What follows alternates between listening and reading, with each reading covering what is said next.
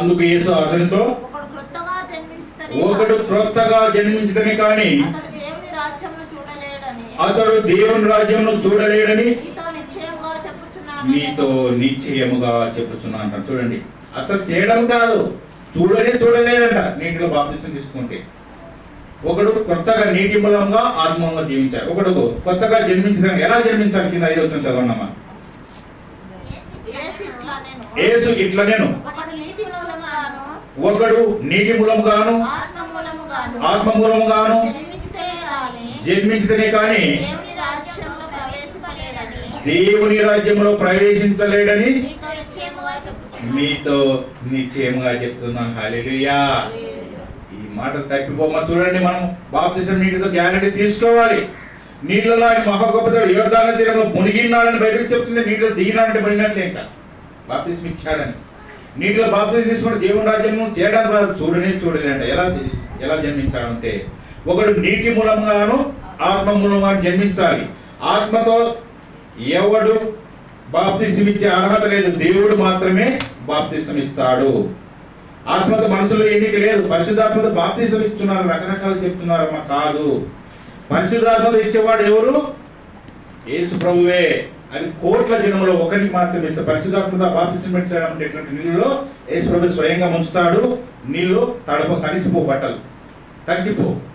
ఆ ఇచ్చిన వ్యక్తికి మరణం ఉండదు. వాస్తవం చెప్తాను. నాకు ఆయన ఇచ్చాడు యేసు ప్రభు. బట్టలు ఏం తడిచిపోలే, కార్డులు అన్నీ ఉన్నాయి. తడిసిపోయిన చూసుకుంటే కార్డులకి ఏం కన్నా చొక్కా ఏం ప్యాంట్ వేసు, నీళ్ళన్నీ పారిపోయిన పైన. పరిశుద్ధాత్మతో చేయడం అంటే ఇది. యోహాను అంటున్నాడు కదా, నేను ఇప్పుడు మీద నీతో బాప్తిసం ఇస్తున్నాను, మీకు నా వెనక వచ్చేవాడు పరిశుద్ధాత్మతో అగ్నితో ఇస్తాడు బాప్తిసం అన్నాడు. పరిశుద్ధాత్మతో ఇస్తాడన్నాడు. బైబిల్ చెప్తుంది కదా. రాష్ట్రం యేసు చనిపోయి పైకి ఆరోహణం అయినప్పుడు అంటున్నాడు, ఇప్పుడు మీరు నీటితో బాప్తిసం పొందుతున్నారు, ఇక మీదట పరిశుద్ధాత్మతో బాప్తిసం పొందుదురని చెప్పాడు. ఎవరు ఇస్తారు పరిశుద్ధాత్మ అంటే? యేసు ప్రభు అపొస్తలుల కార్యంలో ఉంటుంది ఇది. కాబట్టి మనుషులు నీటితో ఇస్తారు, కానీ పరిశుద్ధాత్మ ఇచ్చేవాడు దేవుడే. ఆ పరిశుద్ధాత్మతో బాప్తిసం తీసుకున్న వానికి మరణం రాదని నిశ్చయం చెప్తున్నాను. ఎందుకంటే అవి చూశాం కాబట్టి. ఆ యొక్క దేవుడు మనందరికి తోడై ఉండాలి. మనం పరిశుద్ధాత్మ పొందాలంటే ఆయన ఎందుకు విశ్వాసం ఉంచాలి, నీటితో బాప్తిసం తీసుకోవాలి.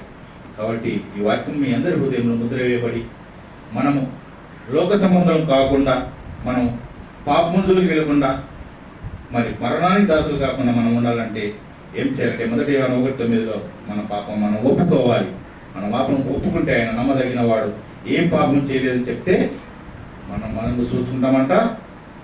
మరి దేవుని మనలో ఉండడని చెప్తున్నారు. కాబట్టి దేవుని వాక్యం కనుక నేను సమయం తీసుకుంటే, కానీ పరిశుద్ధాత్మ దేవుడు కదా, వెళ్ళిపోతూనే ఉంటాడు.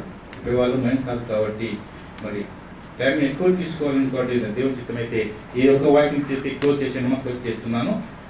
మనం ఏం చేసి ఆయన రాజ్యం చేరుతాను, ఎలా నడుచుకోవాలి ప్రతిరోజు అనేది వాక్యం మనలో ఉండాలి. యోహాను 1:9-8 చదవండి చాలు. లాస్ట్ అమ్మ క్లోజ్ చేసాం. 9-8 మొదటి యోహాను 1:9 మొదటి యోహాను 1వ అధ్యాయము 9వ వచనం చదవండి.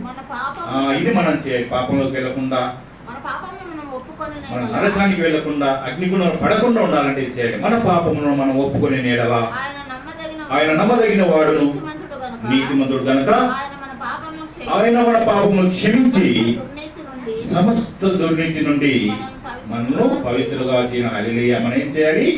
మన పాపాలు ఒప్పుకోవాలి. ఈ ప్రపంచంలో పాపం చేయని వాడు ఇష్లో ఒక్కడే ఉన్నాడు. ఎవరమైనా? యేసు ప్రభువే. ఎవరమ్మా? పాపం చేయని వాడు ఒక యేసు ప్రభువే.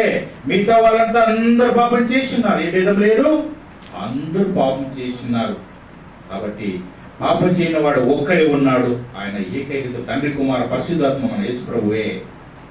నా యందు పాపం ఉందని మీలో ఎవడు స్థాపించునంటున్నాడు, మీలో ఎవడు నిలబెడతారు నా పాపం ఉందంటున్నాడు. అంత గొప్పవాడు. కాబట్టి మన పాపాలు మనం ఒప్పుకోవాలి. ఏం పాపాలంటే, మనం కోపం మీద ఒకటి తిట్టుకున్నా, ఎవరిని తిట్టినా, కోపం మీద ఏమన్నా మన చెడుగా ఆలోచన చేసిన ప్రభు నాకు క్షమిస్తాడు. కానీ పాపం నేను చేయలేదని చెప్పకూడదంట. చెప్తే ఏమవుతుంది? మనమే మోసపుచ్చుకున్నట్టు అవుతుంది. చదవండి, అది లాస్ట్ ఇంకా.